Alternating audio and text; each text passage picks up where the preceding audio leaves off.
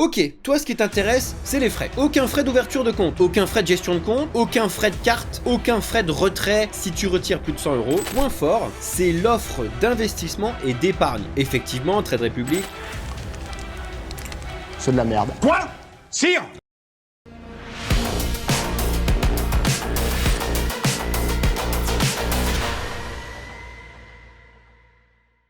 Bonjour à toutes et à tous, bienvenue chez Bamboufine, c'est Théophile. Aujourd'hui, on va te guider pour que tu puisses enfin trouver ta banque, la banque qui te correspond le mieux, en fonction de ton profil, et on va bien évidemment faire ça sans langue de bois, sans faux semblants, et toujours dans la transparence, comme d'habitude. Si tu n'as pas encore choisi parmi ces options, c'est parfait, parce qu'on va comparer 3 banques aujourd'hui qui font énormément de bruit ces derniers temps. Trade Republic, Revolut, Débloque. À la fin de cette vidéo, tu sauras laquelle ou lesquelles te conviennent le mieux en fonction bien évidemment de tes besoins. Petit rappel ici, on ne va pas parler des banques traditionnelles, ni des banques en ligne, qui feront bien évidemment l'objet d'une autre vidéo qui va s'intituler « Les pires banques ». Là, on parle aujourd'hui des néobanques. Si tu hésites encore entre ces 3 solutions, ou si tu as simplement envie d'en savoir plus, cette vidéo est bien évidemment faite pour toi. Pense à mettre un petit like si tu veux plus de contenu de ce genre, mais surtout abonne-toi et active la cloche pour ne rien louper. Apprends aujourd'hui et investis demain. C'est notre devise, alors c'est parti! Allez Marcel!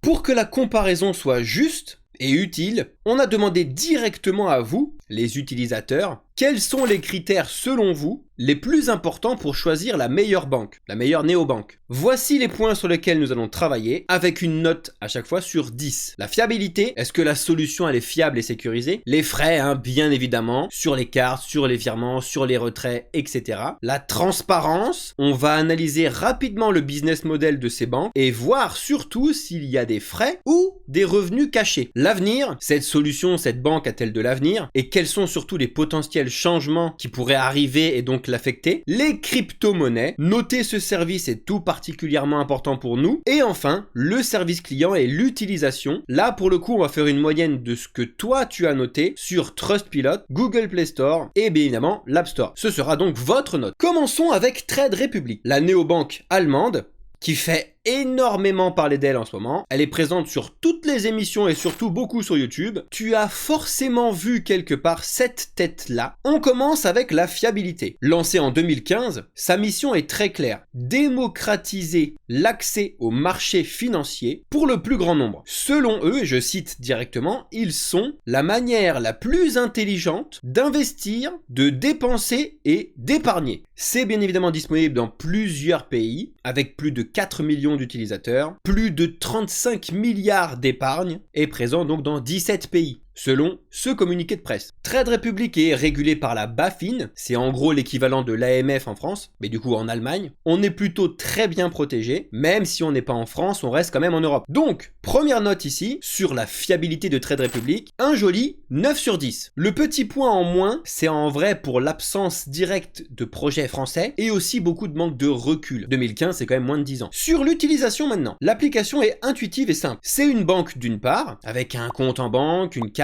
un IBAN, donc ça ok. Par contre, leur point fort, c'est l'offre d'investissement et d'épargne. Effectivement, Trade Republic propose une très large gamme d'investissements sur les actions, avec plus de 6500, sur les ETF, avec plus de 2000, sur les crypto-monnaies, avec plus de 5 ans, et plus récemment sur beaucoup de produits financiers, effets de levier, etc., plus de 300 000. Premier problème, selon moi, c'est pour ma mère ou ma grand-mère. Un ETF, aucune idée de ce que c'est pour ma mère ou pour ma grand-mère. Et une action, c'est flou. Et les cryptos ou le trading à effet de levier, je t'en parle même pas. Donc, pour toutes ces raisons, ma mère n'installera jamais l'application. Il faudrait avoir de l'éducation financière. Tiens, bizarrement, ça c'est notre créneau chez Bamboufine. Habile. Alors n'hésite surtout pas à regarder la description de la vidéo, on t'y a mis beaucoup de surprises, mais surtout abonne-toi et active la cloche. En tout cas, votre note en tant qu'utilisateur, la voici. Sur Trustpilot, t'as mis 3,9 sur 5. Sur le Google Play Store, 2,2 sur 5. Aïe. Sur l'App Store, 4,6 sur 5. Note moyenne que toi tu mets, 7,13 sur 10. Oui, on revient sur 10. Et c'est les dates de septembre 2024. Ok,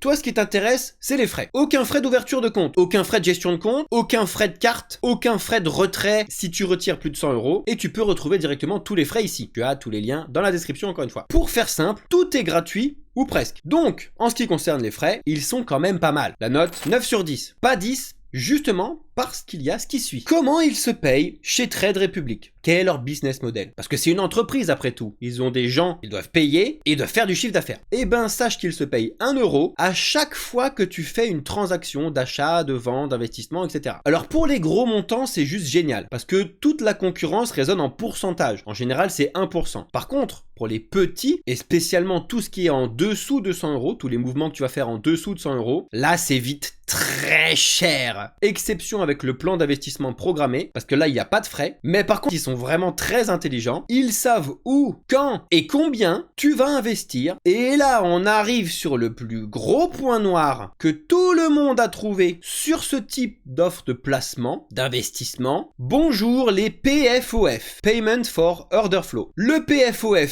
c'est quoi? C'est vraiment un gros tas de merde. Ils peuvent se payer directement sur les produits que tu vas acheter. C'est vrai que c'est dégueulasse. C'est d'ailleurs présent en page 12 du contrat que tu signes mais que tu lis jamais. Cela pose énormément de problèmes à tout le monde. Certes, d'un côté, tu payes pas de frais, mais est-ce que tu as le bon prix d'investissement d'une action, d'un ETF, etc. Vu qu'ils se payent en grande partie avec ça, un tiers de leur chiffre d'affaires quand même, c'est énorme et ça va devenir un problème. Donc, résultat des courses niveau transparence, ça va pas du tout. 5 sur 10, tout juste la moyenne. L'avenir donc, le gros problème d'avenir de Trade Republic et qui va énormément jouer sur la pérennité du projet, c'est justement les PFOF. Comme c'est une très grosse ligne de leur chiffre d'affaires, si du jour au lendemain, ils n'ont plus le droit légalement de le faire... C'est de la merde. Quoi? Sire? Eh oui. oui. Eh ben comme par hasard, l'Europe est en train d'interdire le PFOF pour 2026. Aïe aïe aïe, ça va arriver très vite 2026. Donc oui, ils vont devoir s'adapter, changer de business model et donc jouer sur les frais gratuits qui ne seront plus gratuits pour tout le monde ou alors ils vont couler. Donc la note sur l'avenir elle est évidente, ça dépend donc directement de ce qui va se passer en Europe. 7 sur 10, qu'est-ce qui va se passer à ce moment-là? Et enfin le point qui t'intéresse le plus, les crypto-monnaies. Oui, Trade Republic permet d'investir sur les crypto-monnaies. C'est récent et ça ne concerne que 50 projets de crypto, choisis par leurs soins, parmi évidemment les plus populaires. Alors c'est bien, mais encore une fois, zéro éducation financière. Zéro. Coucou, on est là chez Bamboufine si tu veux de l'éducation financière. Bref. Mais le plus gros problème, c'est que Trade Republic, c'est un intermédiaire. Et dès que tu vas acheter des crypto-monnaies, eh ben tu les détiens pas finalement, c'est dommage. Oh merde! Oh c'est con ça! C'est eux qui les détiennent. Et s'ils veulent, ou s'ils en ont l'obligation, ils peuvent te les bloquer. Et ça, enfin pour moi, C'est de la merde. heureusement, ils sont quand même dans les cordes avec le PSAN, PSAN, prestataire de services en actifs numériques. Donc avec tout ça, sur les crypto-monnaies, la note c'est tout juste la moyenne encore une fois, 5 sur 10. Finalement, Trade Republic obtient quand même la jolie note de 7 sur 10. Franchement, c'est pas mal, mais peut mieux faire. Passons à Revolut, la super app financière, la plus populaire, on va pas se le cacher. Fondée en 2015 par Nicolas Sarkozy, non, c'est bien évidemment une blague, c'est Nicolas Storonsky. Il est content. Il a fait ça de l'acte de merde, il est content. Revolut est connu pour son accompagnement à l'étranger qui est parfait. Tu as obligatoirement vu un YouTuber être en collaboration avec Revolut. Bon, sur la fiabilité. Revolut c'est anglais. Ils sont donc régulés par la FCA. Encore une fois, c'est un des équivalents de l'AMF. Ils sont bien évidemment titulaires d'une licence bancaire en Europe, ça c'est un très bon point et heureusement. Leur mission principale reste encore de vous accompagner à l'étranger. Tout simplement génial si tu es amené à travailler et à voyager au moins une fois par an à l'international. Disponible quasiment partout, plus de 140 pays, avec plus de 25 millions d'utilisateurs. Oui, c'est la plus populaire. Donc, niveau fiabilité, on est vraiment au top. La note 9,5 sur 10. Sécurité au maximum, mais on va dire qu'on manque quand même un petit peu de recul. En ce qui concerne l'utilisation, Revolut pour le coup c'est des énormes. Ils proposent tout simplement tout. Comme ça c'est simple, tout. Placement, épargne, actions, ETF, crypto-monnaie, tout ce que tu veux. Et ça du coup on va pas se le cacher, c'est quand même les tauliers du marché des néobanques actuellement. N'importe qui fait au moins un voyage à l'étranger a une carte Revolut. C'est obligatoire presque. Donc, vous avez mis les notes suivantes. Trustpilot 4,2 sur 5, Google Play Store 4,4 sur 5, App Store 4,8 sur 5, moyenne générale que tu as mise 8,93 sur 10. Toujours les dates de septembre 2024. On s'attaque au nerf de la guerre maintenant, les frais. Tu commences déjà à le comprendre, s'il y avait des frais ou s'il y avait beaucoup de frais, cette banque, cette néobanque ne serait même pas dans la vidéo. Donc si tu veux voir tous les frais, parce que là pour le coup il y en a un petit peu de partout vu qu'ils font des propositions de partout et c'est pas si simple et ça va réellement dépendre de l'offre que tu vas choisir chez Revolut. Voici le lien de la comparaison de toutes leurs offres et tu retrouveras tout ça dans la description de la vidéo. Mais surtout un point excellent en plus des frais qui sont minimes, des assurances de franchise, de voiture, etc. en fonction des paliers de ta carte. Pour faire simple, ils ont un plan gratuit, mais justement ils ont tellement d'offres et tellement de possibilités avec les autres plans payants que leur business model est très bien rodé, tu vas voir. Surtout avec le travail qu'ils ont avec les youtubeurs. Mais bon déjà, là actuellement niveau frais, ils ont quand même la jolie note de 8 sur 10. Ils sont très bien, même si malheureusement la partie gratuite reste quand même complètement lésée, ils veulent que tu prennes la partie payante. Alors, niveau business model et transparence, comment ils se payent? Ils se payent sur les abonnements premium, métal, ultra et tous les autres abonnements. Ils ont bien évidemment eux aussi des frais sur les services financiers à partir de certains seuils, frais de change, de retrait au distributeur, des transactions internationales. Ils ont aussi des frais sur les cryptos. Ils sont eux aussi payés sur tes achats, PFOF. Ils se payent aussi avec l'offre de business pour les entreprises. Ils se payent aussi sur les produits dérivés et les commodities. Oui, ils se mettent bien. Oh, je suis bien. Ils sont tellement gros qu'ils font tout, et c'est même peut-être devenu un peu trop. Trop faire, il faut faire attention à pas mal faire. Mais au moins, ils sont assez transparents sur la façon dont ils se rémunèrent. Il reste encore quand même 2 points trop flous, qui devraient être plus expliqués selon moi. Combien ils prennent de parts sur les magasins, les paiements par carte en magasin, et comme d'habitude, c'est quoi le seuil et le paiement qu'ils ont avec les PFOF. Donc finalement, sur la transparence, ils ont quand même la jolie note de 7 sur 10. Un peu mieux, mais sérieusement, on veut de la transparence maximale, nous. En ce qui concerne l'avenir, pour ce qui est de la réglementation, etc. qui tourne autour du projet Revolut. Revolut, ils sont déjà au stade de too big to fail. Trop gros pour échouer. Effectivement, leur avenir, il est quasiment tout tracé. Ils ne sont pas à l'abri de scandales, certes, mais ils génèrent tellement d'argent qu'ils peuvent gérer facilement des coquilles ou une potentielle réglementation compliquée. Du moins pour nous en Europe avec ce que je t'ai expliqué sur les PFOF en 2026. Donc actuellement, sérieusement, sur l'avenir, on peut leur mettre la note de 9,5 sur 10, quasiment les yeux fermés. En ce qui concerne les crypto-monnaies, eh ben c'est le même énorme point négatif, vous ne détenez toujours pas vos cryptos. Vous êtes dépendant de Revolut, Revolut sur cette partie-là est dépendant des gouvernements, ils peuvent bloquer vos wallets, vos cryptos. Et oui, c'est moche. Par contre, là où il y a du mieux chez Revolut, c'est qu'ils ont quand même mis en place une partie qu'ils ont appelée Learn, donc apprendre, qui permet de faire un petit peu d'éducation via des cours interactifs et des quiz. Donc ça, c'est quand même un bon point, mais on reste quand même sur du léger. Donc pour eux, c'est la note de 6 sur 10 sur les cryptos, juste parce qu'ils ont la partie Learn. Encore une fois, apprends aujourd'hui et investis demain. Ce qui donne la très jolie note finale pour Revolut de 8,15 sur 10. C'est vraiment pas mal. Peut-on sérieusement faire mieux quand on est aussi gros? Enfin, le petit dernier, Débloc, fondé en 2022 par des anciens de Revolut et de Ledger. Débloc, c'est un projet très ambitieux qui propose enfin un wallet non custodial, c'est-à-dire enfin que tes cryptos t'appartiennent directement. Et oui, vraiment. Et que ce soit fondé par des anciens de Revolut et de Ledger, en dit long sur leur objectif et sur la solidité du projet. Petit big up à Claire Balva, avec qui on est en contact directement et qui a rejoint l'équipe de Débloc en 2024. Vous avez justement à ce sujet de très grosses surprises en description de la vidéo. Sortez vos smartphones parce que peu importe où vous nous regardez, il faudra que vous regardiez ces liens-là avec votre smartphone. Ça y est, le projet français Cocorico est là. Pas mal, non? C'est français.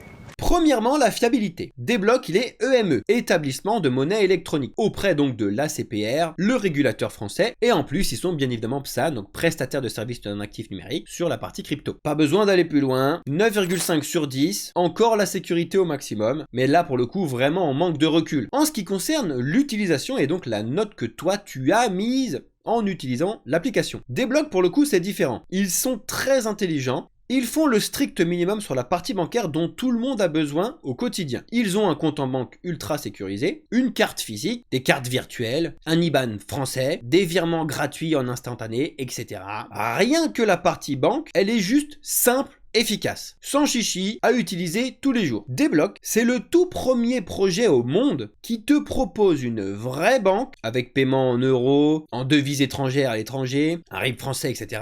et un vrai wallet crypto avec tes cryptos qui t'appartiennent. Oui, ouf, enfin. En plus, ils sont parmi, si ce n'est les meilleurs, sur la partie des frais à l'international. Tu peux payer directement avec ton compte bancaire ta carte débloque, n'importe quel pays du monde, c'est génial et avec les frais les plus intéressants du marché. J'ai testé. C'est incroyable. Mais vraiment là où il se démarque complètement, tu l'auras compris, c'est sur la partie crypto. C'est le seul au monde à proposer un service crypto propre, sécurisé au maximum et non custodial. C'est-à-dire que tes cryptos t'appartiennent enfin, personne ne peut rien faire pour te les enlever, t'empêcher ou quoi que ce soit. Et à mon avis, tout ce que je viens de t'expliquer, ça justifie directement les notes que vous avez mises sur ce projet. Trustpilot 4,2 sur 5, Google Play Store 5 sur 5, App Store 4,7 sur 5. Note moyenne exceptionnelle de 9,26 sur 10. Toujours avec les dates de septembre 2024. Et toujours avec ce qui t'intéresse le plus, les frais. Et ils ont bien évidemment un compte gratuit. Ou pour la partie bancaire, pas de frais d'ouverture de compte, pas de demande sur que tu aies telle ou telle paye, pas de frais sur la gestion de ton compte, pas de frais de service de ta carte bleue, ni rien. Par contre, là où les deux premiers, Trade Republic et Revolut, ils avaient des frais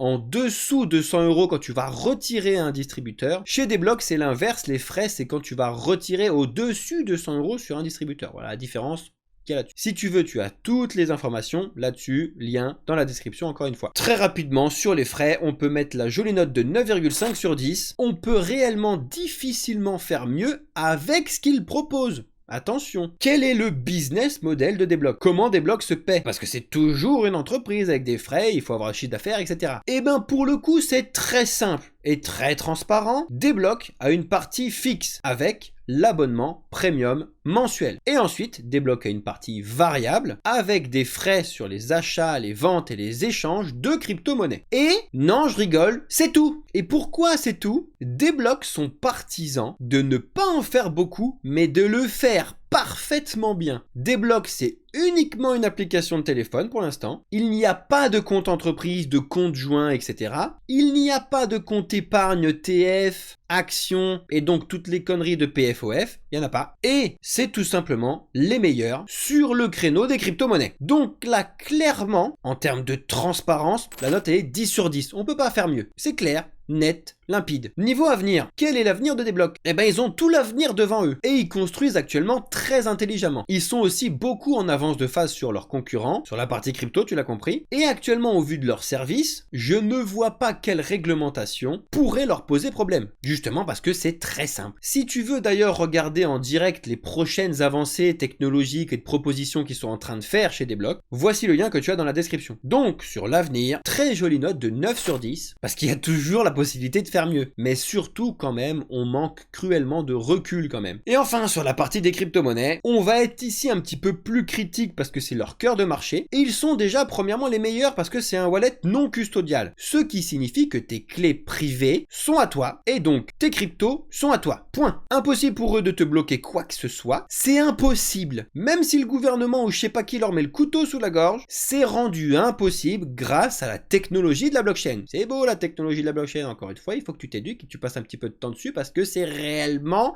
un service intéressant. Sauf que c'est aussi un point négatif sur l'utilisation et spécialement la compréhension pour un novice. Je m'explique. Quand le novice va faire un virement crypto, il va payer des frais. Et là, il va se dire, et voilà, Desblocs a des frais cachés. C'est nul, transparence, nul, nul, nul. C'est une arnaque, en plus les frais ils changent tout le temps, je comprends rien. Eh ben non. Les frais, c'est ce qu'on appelle les frais de gaz d'utilisation de la blockchain. Parce que justement, le wallet, il est décentralisé. Et Desblocs ne prend absolument rien là-dessus, tout simplement parce qu'ils ne peuvent rien prendre dessus. D'accord? Ils prennent par contre, ce qu'on a dit tout à l'heure, des frais sur les achats, les ventes et les échanges de crypto. Ça, oui, et c'est transparent. Donc c'est un point faible pour les débutants, mais en fait ça devient un point fort quand tout ça c'est acquis. Autre point faible, oui, il faut rester critique, c'est sur la disponibilité actuelle des cryptos. Au moment où je te tourne la vidéo, Trade Republic propose 50 cryptos, à peu près. Revolut propose 90 cryptos, à peu près. Alors que sur Desblocs, t'as que Bitcoin, Ether et Solana. Mais qu'est-ce que c'est que ce truc? En plus, c'est pas réellement vrai, parce qu'en lecture, il y a tous les ERC20, etc. On va rester clair pour les débutants. C'est juste que là, le fait d'acheter directement tes cryptos sur la blockchain et que ce soit toi qui les détiennes, c'est bien plus compliqué que de proposer un achat de crypto. Même moi, je peux le faire. Du jour au lendemain, je peux dire ouais, viens acheter les cryptos, puis après, en fait, je les détiens pour toi. J'ai pas le droit de le faire,